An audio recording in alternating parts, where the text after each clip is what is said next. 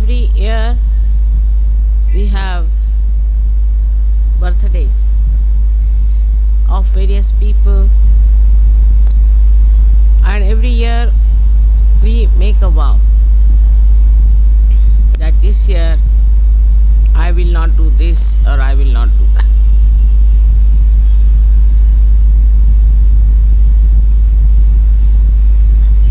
This is a very good way of seeing how far we have come in life.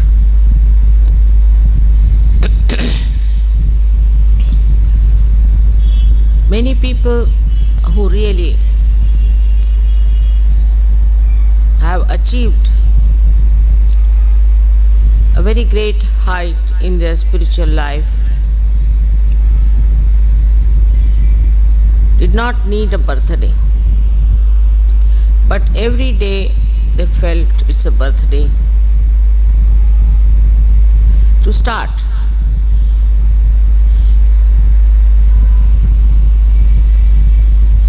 To go ahead, to understand, to learn. Every day is a new year for them. In our own life, we see that our surroundings change very slowly. Sometimes it is shocking. Sometimes we are surprised how the surroundings are not changing. But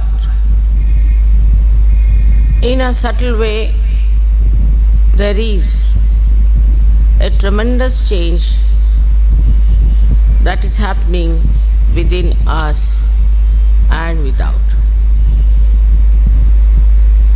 The whole atmosphere today is governed by human beings. I don't know how far Param Chaitanya works it out, but it is for us to open ourselves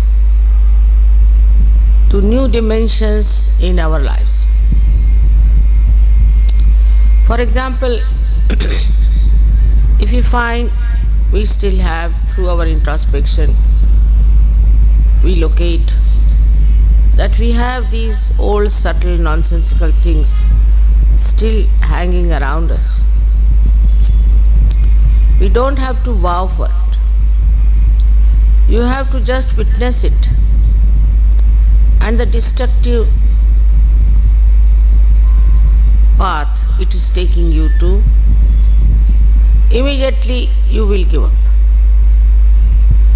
You don't have to worry as to put a vow upon yourself, because now you are samarth, meaning now you are absolutely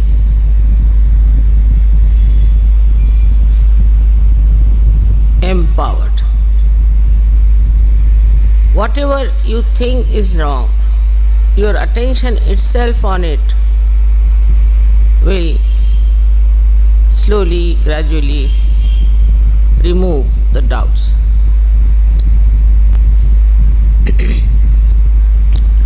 About having those problems, those connections, conditions and ego that are lingering still, definitely you will drop them. With your attention, it will run away. Then you will realize that every day your attention is getting purified, getting powerful, getting compassionate. Normally, whatever reaction you have in your attention just disappears. and you start witnessing the whole thing. And your power of attention through that witnessing force acts, and it works. It works not only on you, but on everything that surrounds you.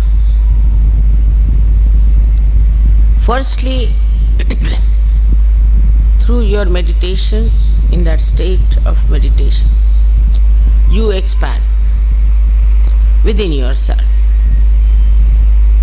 You stay in the present. The other day, somebody asked me, where was your last birthday? I just forgot where it was. Otherwise, my memory is very good, like an elephant. But this I forgot. Perhaps every time, every day, you live in the present and you grow.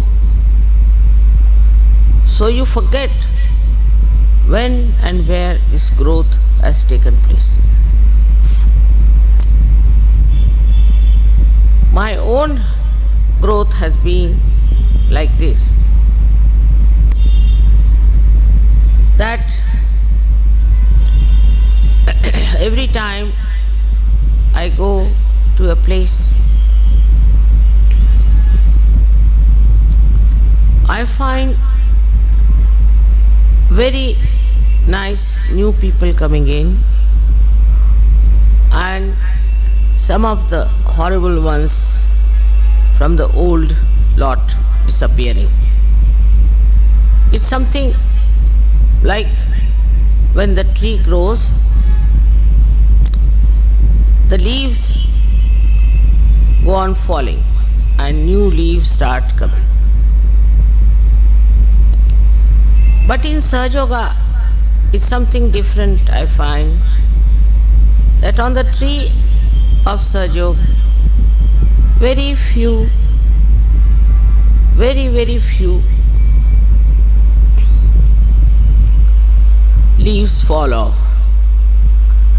and you sometimes face a lush garden of beautiful people. To me, it's like a miraculous fireworks. It starts like a small line and then opens up into several beautiful patterns. It is impossible to envisage or to visualize what will happen to us, to Sahaja Yoga, and to all of you.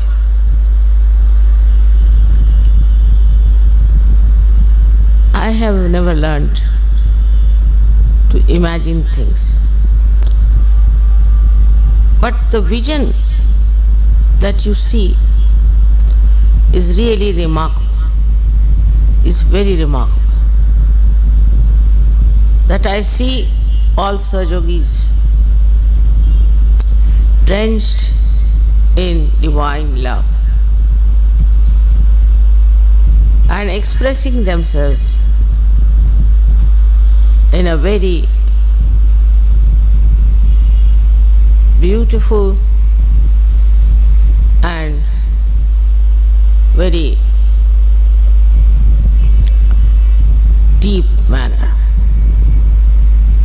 This when comes in, that really makes your attention absolutely enwrapped in such divine bliss that you forget that moment. One of those moments are when you celebrate my birthday. I even forget how many years I've lived on this earth. Sometimes Sometimes I say I am 73, sometimes I say I am 70. I just don't know. Because as I told you, it does not leave any mark of time, of date, of years in that blissful state.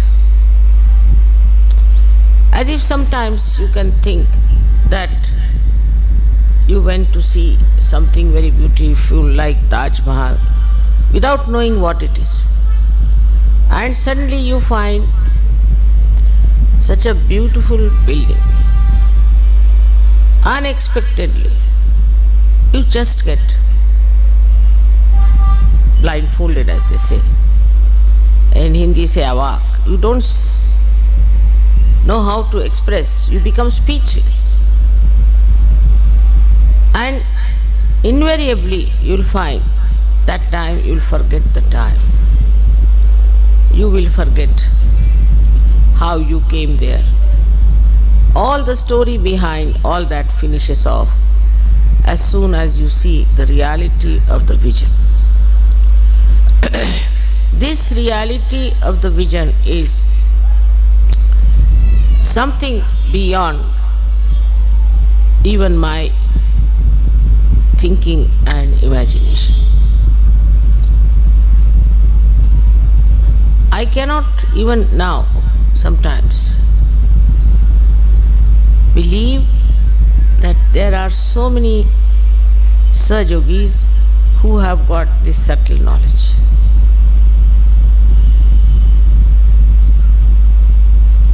I never knew that there are so many seekers to begin with. I never knew that there are such subtle people on this earth. All over the world, wherever I went, whether I went to Nepal or to Brazil, suddenly I find facing so many beautiful seekers. If you ask me, when did you go to Brazil, I won't be able to tell you the dates. I have very bad memory for dates for the same reason, I think, because every time I see a vision. And the time also just stops for that moment. It doesn't express itself. Nothing is recorded except for the experience. And this experience is in an abstract form. You cannot describe. It is beyond words and beyond any description. At that time, you really become thoughtless. And that is the time we have to really enjoy. The greatest curse of modern times is the watch or the time that we give. And all the time we are just seeing the time, what time it is now, and after 2 seconds again also we want to see what is the time. We have crossed the limits of time, Kalatit. Try to understand why we have crossed. Because time moves according to us. You can experience it. The other day I was coming from Delhi, and in my household everybody seems to be very particular about time. So they were after my life, come along, getting late, now you just can't get into the plane, this, that. All right. And when I reached there, they said that the plane is still waiting, it's not necessary for you to hurry up. it will take at least 15-20 minutes for you to go. So, also this name of airport makes people really jumpy, I should say. They have to go to the aeroplane means as if some war is there or I don't know what it is. So far, luckily, I have never missed a plane, never missed a train in my lifetime. Though I travel, I think, quite a lot. I've every time found invariably that the plane itself is waiting for me. It won't leave. Like I'll give you a very interesting example today, if you are relaxed. We were in Praha and we were supposed to go to Poland via, again same thing happens to me with experience that, via Vienna. And we had a very great Sahajogi with us who told me that the plane will be leaving at 11 o'clock. And from the airport he rings me up, no, the plane is leaving at 9:30. If I want, I can be ready in 5 minutes or I can take 2 hours, depends on. So I was ready, I just jumped into the car, we reached the airport. But we were late by 15 minutes and the ground lady started shouting at me at the top of her voice, you people, you are VIPs, you are this, you are that, all kinds of things she said to me. And this Sahajogi could not bear it. And he felt that it was his mistake. He told me a wrong time. That's why this lady is shouting at my mother. He couldn't bear it. He was very unhappy.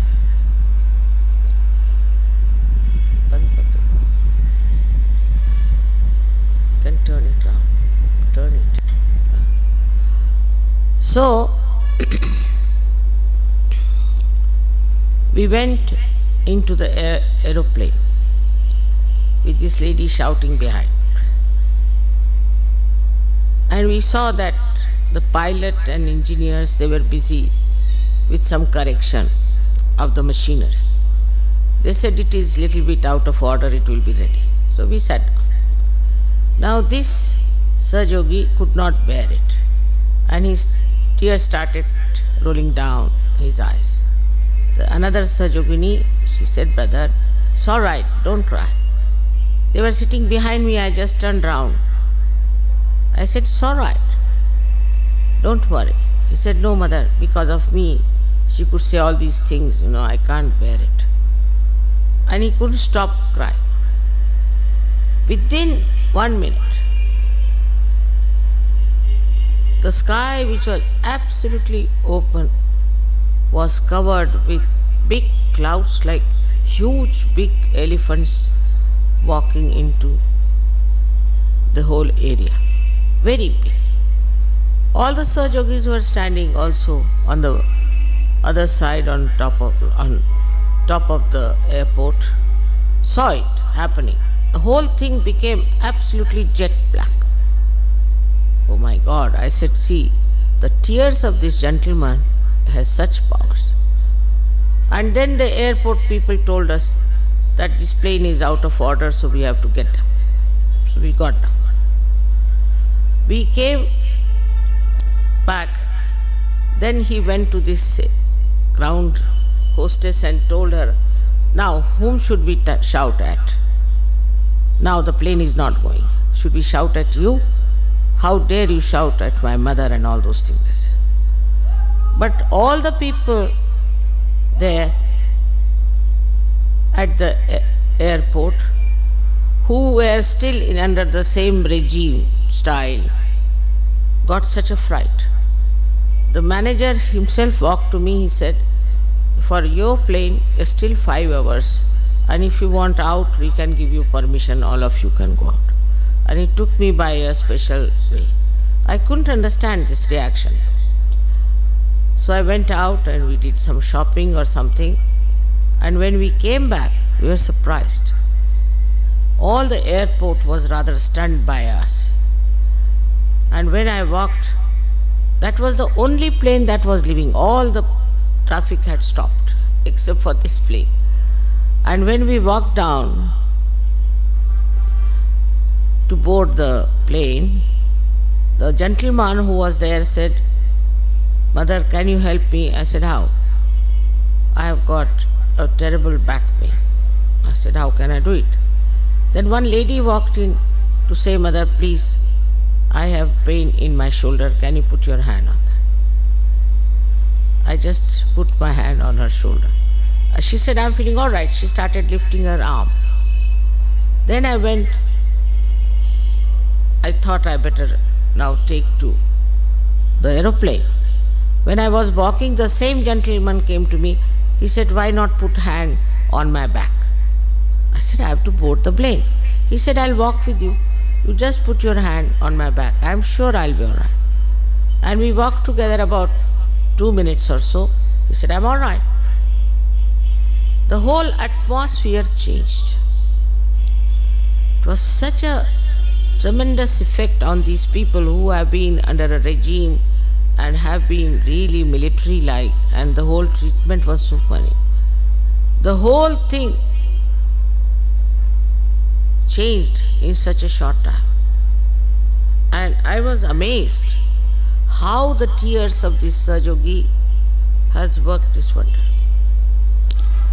Now imagine a moment when tears started rolling his eyes.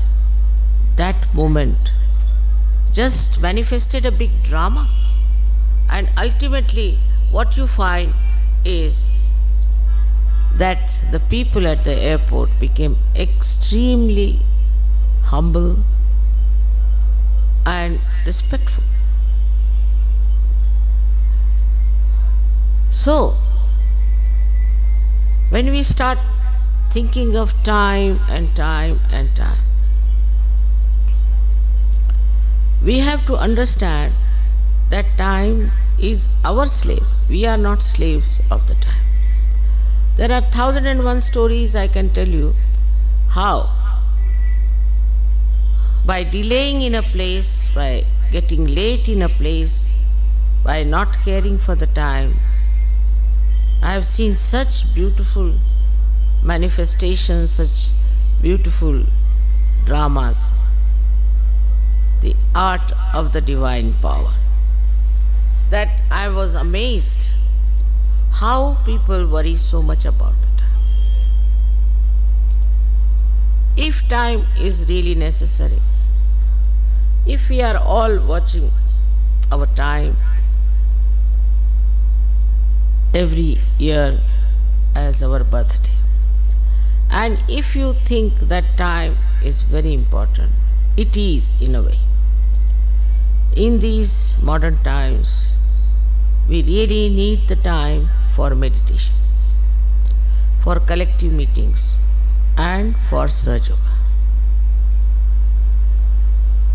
I know when there was the war of independence in this country, where my parents fought with all their tana, mana, dhana.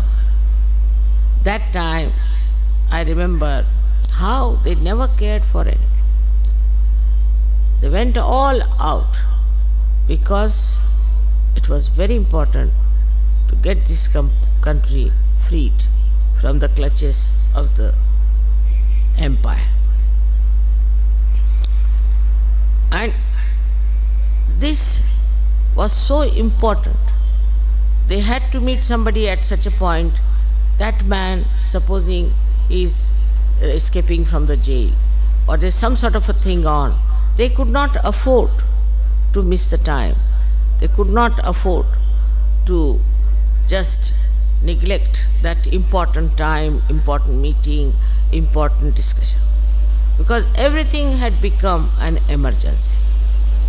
For them, nobody told them, nobody gave them lectures, but for them, from inside, they were all legendary people, I should say, the way they fought for their freedom.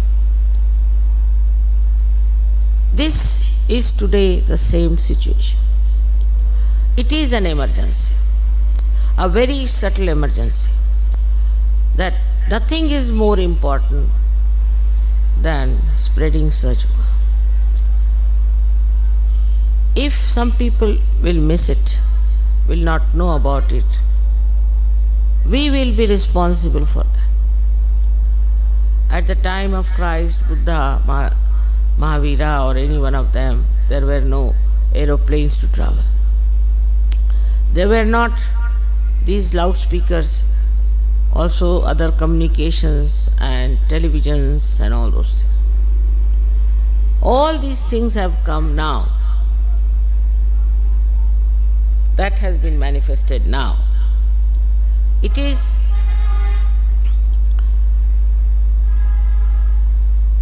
the work of Paramachaitanya. Through scientists, through other knowledge, all this manifestation has taken place. Also, these people didn't have to face people. So many, nor did they were supposed to give realization to people in such a big number. So all these inventions, all that you see today as modern ventures which we have got, they are all for Sahaja Yoga. Without Sahaja Yoga, you cannot imagine what would happen to this world. The first and foremost thing is we have no peace within our hearts. We talk of peace. I know of people who have got awards in peace, have no peace within their heart, no peace at all. Unless and until we human beings have peace, there cannot be peace in the whole world. It is we who create wars. It is we who do all kinds of violence. It is we ruin the possibility of people getting into the kingdom of God. So, peace can be only achieved by establishing peace in the hearts of the people. And that is only possible that you achieve the state of thoughtless awareness. You remain in the present. And there, where you will be amazed, you will be standing like a rock, because you will have reality in your hand. You can work out the way you like. Actually, I don't work out anything whatsoever. Really, you may say you do this and you do that. I don't. It's the Paramachaitanya which works it. In the same way, it will work for you also. But you must have faith in yourself and absolute faith in Sahaja Yoga. Absolute. That's the only way we can achieve this, that many people, most of the people of the world, I wouldn't say all of them, rather difficult to say that, but may be possible, should enter into the kingdom of God with us. That's the most important thing, more than all these worldly things and more than all these nonsensical things. So the attention should be how many people we are going to bring to Sahaja Yoga, how many we are going to save, what are we going to do about it. When you have to think about it every morning, how can you remember the time and date? When you are in emergency now, and you know that this emergency has to be fulfilled, then how can you just pay attention to all worldly things, all worldly achievements? That will take its own course. You don't have to worry. That works out automatically. Only thing where you really need your own diversion or your own focusing is Sahaja Yoga. in and out. If we really want peace on this earth, if we want really progress for ourselves, if we want all kinds of physical, mental and emotional problems being solved, all for our good, why not we come to Sahajog where we don't have to do anything except for raising our Kundalini, except for meditating for it for very little time and to achieve that state of joy. Today my feelings are really full of joy. Full of joy. Because now I can see how things are happening, how one person can produce thousands and thousands of such. I saw one miracle. I told once that one seed has all the 1,000 trees it is going to produce. And when I saw a new technique of tissue culture, I was amazed that on one little seed there were so many little primules who had come out. In the same way, you are all capable and you all can do it. But what is needed is faith in yourself and also complete sincerity about Sahaja. If that happens today, you have really celebrated my birthday. If you think that my birthday is important, that for me very important is that everybody gets their spiritual birthday. May God bless you.